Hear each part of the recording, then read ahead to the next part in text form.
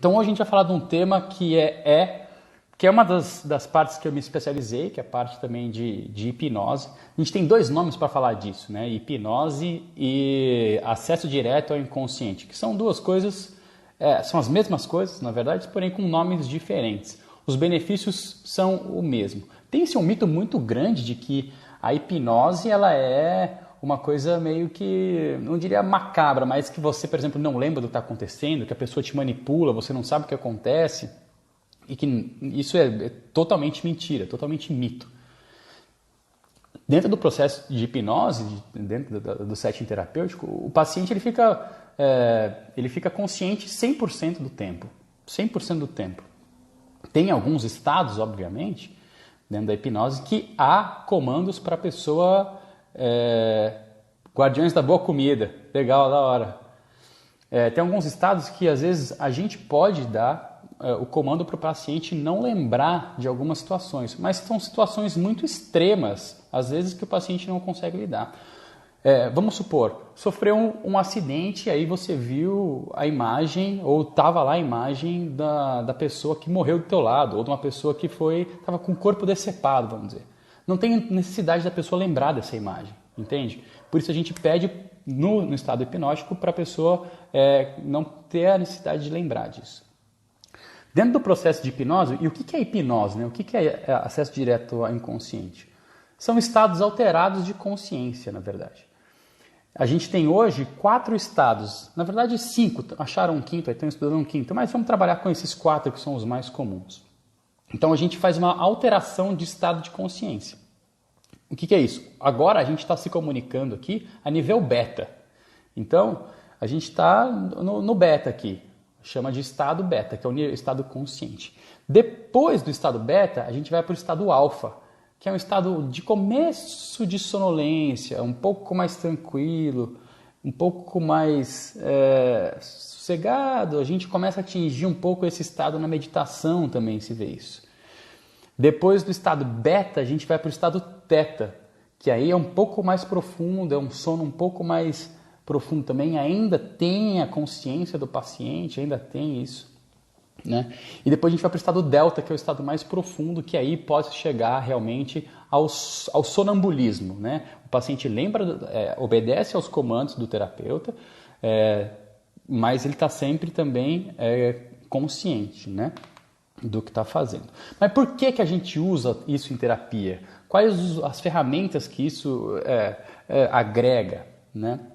Então a gente está falando para o pessoal que chegou aí sobre os benefícios da hipnose em terapia, né? Primeiro a gente tem que entender que o nosso é como se a gente tivesse uma torre aqui, certo? Nós temos uma torre aqui e essa torre ela é como se fosse um transmissor e um receptor de informação e de sentimento. As informações que a gente joga, vamos dizer, são os sentimentos. Vamos colocar sentimento como se fosse vibrações.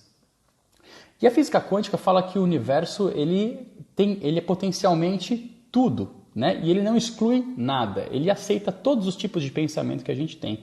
E ele aceita todos os tipos de manifestação que a gente joga para o universo.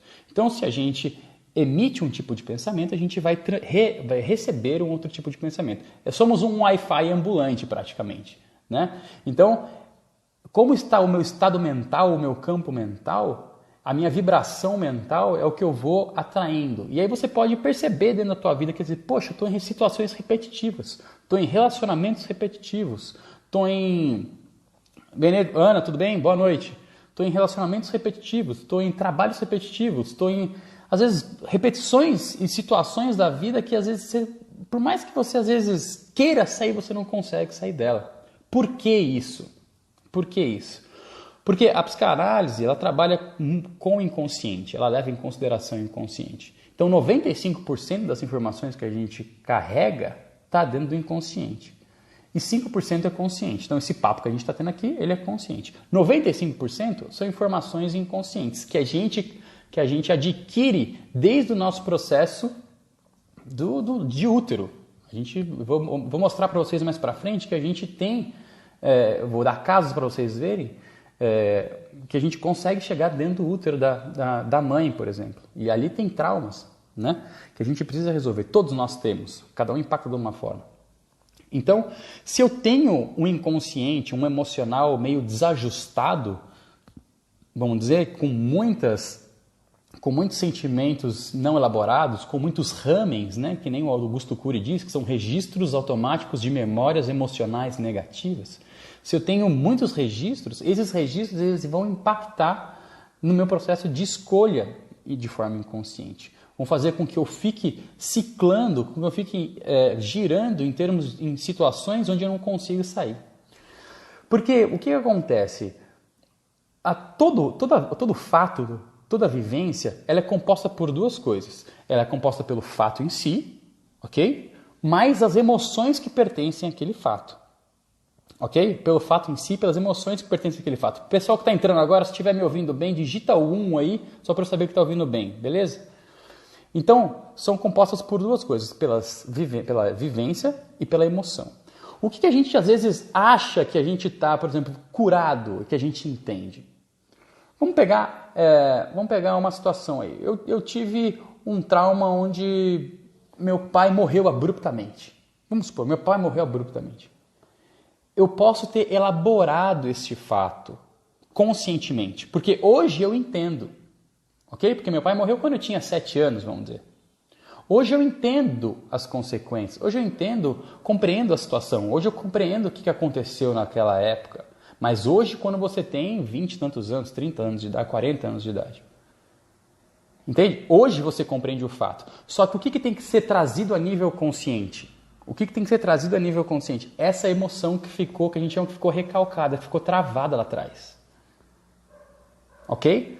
Tem que trazer essa emoção que ficou travada lá atrás para o campo consciente. E aí a gente faz essa elaboração dessas emoções, uma nova perspectiva em relação ao que foi feito. Pessoal, boa noite, está entrando aí. Coloca algum para a gente saber se vocês estão ouvindo bem. Então essas emoções elas têm que ser elaboradas. E essa energia, vamos dizer assim, essa emoção, ela é energia do meu inconsciente que manda para o universo, que faz com que eu repita, às vezes, situações, porque eu estou travado aqui. Entende a importância? Então, só que essas emoções elas não vão sair a nível consciente, elas não vão sair para a gente a qualquer momento ou dentro de um processo de terapia, porque elas estão defendidas. O nosso ego não gosta de lidar com o desagradável, elas estão defendidas em relação a isso. Compreende? Então, qual que é a função da hipnose dentro do processo terapêutico? Na verdade, a gente, com alguns mecanismos dentro de consultório, a gente chegar nesses meios, ou nesse fato, chegar nessas emoções, o paciente fazer a abreação, que significa colocar toda a emoção para fora, elaborar essas emoções, e aí a hora que tiver elaborado essas emoções, aí sim, aí liberou essa energia e transformou-se uma energia, vamos dizer, não tão positiva assim, negativa considerada pelo paciente, como para uma energia positiva. E aí qual que vai ser então a minha vibração do meu campo mental para o universo? Eu vou desbloquear, vamos dizer assim. Então vai ser positivo, eu vou começar a atrair relacionamentos diferentes, vou começar a atrair coisas diferentes, trabalhos diferentes, situações diferentes na minha vida. Entende? Por conta de um fato, às vezes, que não foi elaborado lá atrás. Então, por isso que, às vezes, a hipnose, o acesso direto ao inconsciente, ele ajuda muito nesse sentido, de que, às vezes, o paciente sabe, às vezes, dentro de consultório, a gente sabe, o cara sabe, a gente já falou sobre isso, já esgotou o assunto, e ele sabe que ele tem que fazer isso, ele sabe, mas ele não consegue sair daquele fato. E muito curioso, hoje eu estava conversando com uma colega, ela falou assim, eu sei que eu preciso mudar. Eu sei que eu preciso transformar, eu sei que eu preciso sair disso, eu sei que eu não gosto disso, mas por que eu permaneço nisso? Por que eu sei que eu mudo de situação, aí eu vou na minha vida, faço uma coisa, quando eu ver eu estou no mesmo lugar. Aí eu vou e mudo. Aí eu mudo de situação, passo por um processo diferente, mas como não vê, eu estou no mesmo lugar. Então isso às vezes acontece muito com a gente às vezes não percebe, ou tem aquela angústia de falar assim, porra, por que eu não mudo? Por que eu sei que eu preciso mudar, mas por que não vai? E aí tem que a gente trabalha isso, né, nessas sessões. Né? No mínimo, pelo menos, depois de uma certa frequência que o paciente tem em consultório, no mínimo uma vez eu faço isso esse acesso direto ao inconsciente com o paciente? Porque tem coisas para se desbloquear, tem muitas coisas para se desbloquear, né? E é muito interessante os ganhos, porque os ganhos são imediatos, os ganhos são rápidos, o paciente volta a ter energia, o paciente volta a ter disposição, volta a fazer com que a vida comece a girar. E aí ele vai, flui, manda ver, e manda ver. Cara, isso é lindo de ver, porque a partir daí o cara tem uma nova percepção de vida e ele consegue, às vezes, direcionar a vida dele como tem que ser, porque quando a gente está preso nesses sentimentos, a nossa vida fica travada. A partir do momento que eu libero, eu dou abertura para novas experiências, eu dou abertura para nova energia, eu dou abertura para um mundo novo, entendeu? E uma coisa muito interessante que é o terapeuta ele não cura, o terapeuta ele só leva para o caminho onde o paciente precisa chegar, só leva para o ponto principal daquilo, certo? Que precisa ser resolvido. Então não tem como eu falar assim, beleza, o terapeuta vai me curar. Não, quem vai se curar, obviamente, é o paciente. Tanto que tem um documentário muito interessante do Anthony Robbins, do Netflix, que chama Eu Não Sou o Seu Guru. Que quer dizer o quê? Tipo, ele só é um instrumento. A cura está sempre dentro da gente. Ele só é um instrumento da manifestação da cura da pessoa, né? Então, o paciente tem que estar muito disposto a isso. Tem que estar muito disposto a enfrentar isso. E, às vezes, é interessante que dentro do setting terapêutico, a gente faz uma coisa que a gente faz uma representação do inconsciente. E quando a gente começa a conversar com esse inconsciente, né? Às vezes a gente pergunta para o teu inconsciente se você está preparado para ver esse fato. E muitas vezes o inconsciente responde não. Quer dizer o quê? Não está preparado para ver o fato. Às vezes o paciente não está a fim de ver aquilo. Por mais que ele saiba que aquilo vai ser benéfico para ele. Ele não está a fim de enfrentar aquela dor. E olha só que muito louco. Aí que entra o sentido da gente falar que os ganhos das relações. Entendeu? Porque ele não quer ver aquilo por algum certo tipo de ganho. Às vezes ele não quer ver aquilo porque ele está tendo um ganho afetivo, está tendo um ganho financeiro. Ele vai ter que começar a tomar responsabilidade em relação à vida, em relação àquela situação, em relação ao que as coisas que estão lhe acontecendo ali na hora. E ele não quer mudar. Então aí cabe o quê? Cabe a mim respeitar isso, mas mostrar para ele. Falar, olha, tentamos, fizemos. A partir do momento que você tiver afim, vamos lá, pau na máquina. Estou aqui como instrumento para você utilizar e vamos partir para cima quando você tiver. Lógico que depois a gente discute isso em outras sessões, mas o porquê que não aconteceu, até a gente chegar nesse ponto de acontecer, até a gente chegar e fazer essa hipnose de novo e o paciente aceitar isso, acessar e liberar. Olha só que legal, vou dar alguns exemplos dentro de consultório que aconteceu. Um exemplo de fobia. Uma paciente tinha fobia de borboleta. Eu vou dar esses exemplos para vocês entenderem o quanto que uma situação que você acha que não tem nada a ver impacta na sua vida atual. Uma pessoa tinha medo de fobia. Tinha fobia de borboleta. E aí, num acesso direto ao inconsciente, o que a gente chegou? A gente chegou que a mãe dela tinha colocado ela num berço para esquentar uma madeira. Você fala, porra, Thiago, como é que você sabe disso? A criança sabe disso. Por mais que ela tenha tenha 1 ano e 3 meses, você tem todas essas informações dentro de você. O inconsciente é muito inteligente, ele absorve tudo. Então vamos lá, ela tinha 1 ano e 3 meses e a mãe dela foi esquentar uma madeira. Só que no berço dela tinha, eu sempre esqueço o nome, mas tinha aqueles brinquedos em cima. E tinha uma borboleta em cima do berço. A criança começou a chorar, ela se viu chorando numa situação de desamparo e associou o desamparo e aquele medo de estar só à borboleta. Então, o que atualizou na vida dela, adulta? Entende? Atualizou que ela tinha medo de borboleta, mas ela não sabia por que ela tinha medo de borboleta, porque usando a razão, borboleta não morde, borboleta não pica, borboleta não avança, borboleta não faz nada. Mas por que o medo? Isso, Mobile. Boa, obrigado, Mobile. Boa. Mas por que do medo da borboleta? Por conta disso. Entende? Você vê como prende uma situação adulta e era vexatório. Porque se tivesse uma borboleta, a pessoa tinha que ir embora do lugar. Não dava conta. Um outro caso muito interessante, e esse caso aqui, eu anotei vários para falar para vocês. Um que é muito bacana sobre a pessoa tinha uma queixa sobre dinheiro. E ela se queixava muito sobre dinheiro. E trabalhava, só que gastava tudo. E não conseguia reter, não conseguia guardar dinheiro para fazer os projetos que ela queria fazer. Na época ela já tinha seus 40 anos,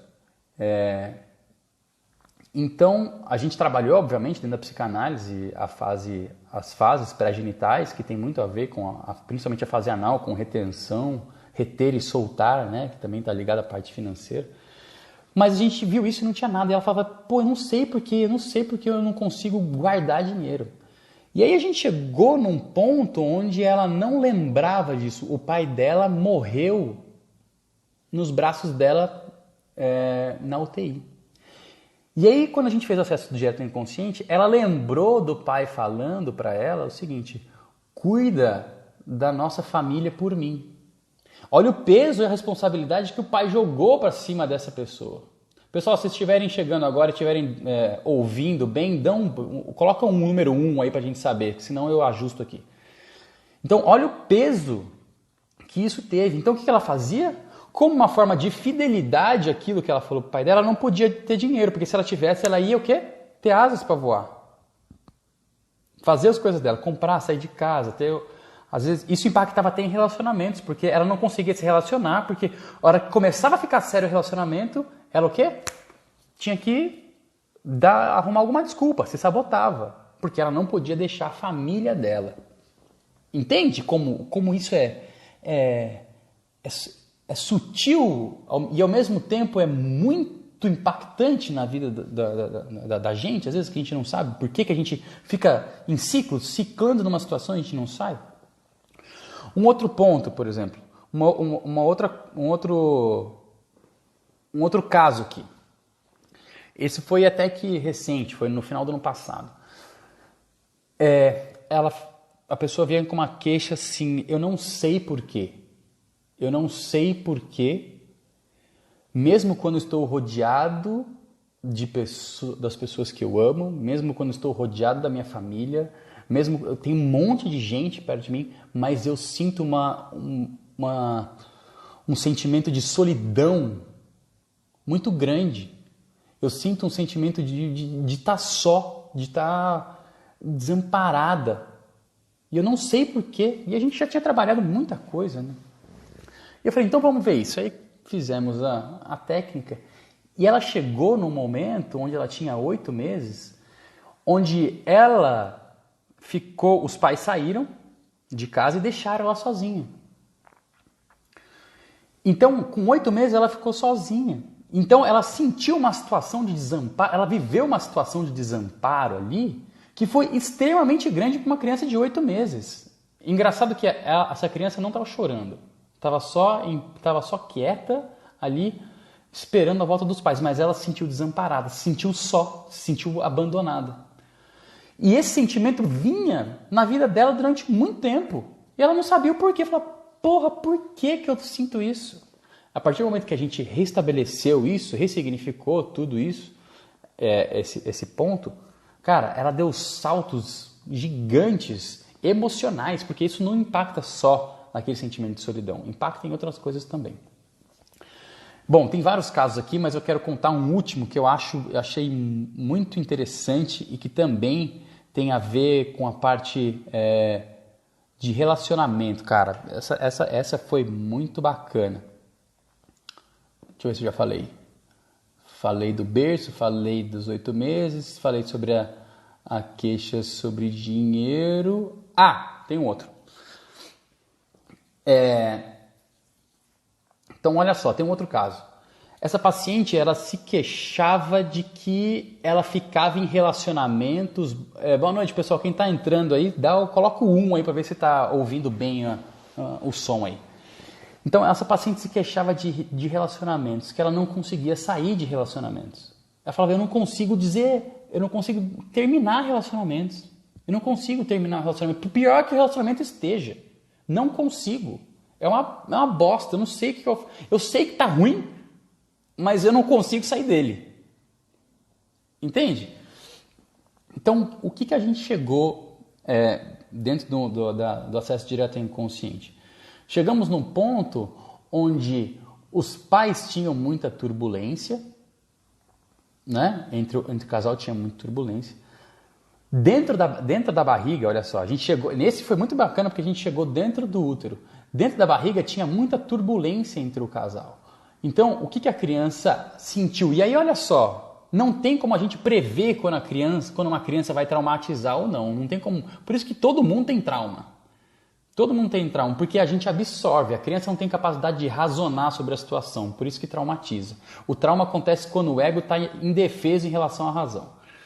Bom, então vamos lá, voltando. Ela estava dentro do útero da mãe e viu os pais brigando. Ela puxou para ela a responsabilidade de manter aquele relacionamento dos pais. Ela achou que ela era responsável, o elo entre o pai e a mãe. Ok? Enfim, essa criança nasceu tranquilo, beleza? Os pais se separaram depois de um tempo. O que aconteceu com ela? Esse sentimento de responsabilidade em relação à felicidade do casal ficou com ela. E aí o que ela fez? Como uma forma de compensar isso, ou de querer reeditar esse cenário, ela se via na obrigação de sempre ser feliz nos relacionamentos, porque ela não podia terminar relacionamento. Porque se terminasse, ela ia ter o trauma lá atrás, entendeu? Ela ia reviver aquilo, porque ela se sentiu responsável pela união. Então, ela se sentia responsável por manter um relacionamento, por pior que tivesse. Entende isso? E aí, a gente chegou nessa situação, deu 2 meses, ela conseguiu dizer não e terminou um relacionamento onde tinha lá suas questões de abuso emocional, né? Não era emocionalmente positivo esse relacionamento. Então, percebe como essas situações, às vezes, que são cíclicas, a gente às vezes não sabe, a gente sabe que racionalmente a gente tem que mudar, mas não consegue mudar por algum fato. E esses fatos estão sempre lá atrás. Então é isso, essas coisas mexem muito com a gente, o benefício do acesso direto inconsciente é muito grande para o paciente e ele é muito imediato, porque a partir do momento que eu libero essa energia, eu começo a ter mudanças de postura e começo a ter vibrações diferentes que vão influenciar nas minhas escolhas e Foi encontrada por pedreiro. É muito o processo, esses processos são bem, Amanda, esses processos são bem complexos mesmo, né? Teria que se fazer um trabalho muito legal, mas óbvio que tudo tem uma solução e para ela se restabelecer emocionalmente, ter mais força emocional e conseguir viver a vida com mais tranquilidade. Com certeza esse fato impacta em várias outras coisas, inclusive nos relacionamentos afetivos, principalmente, né?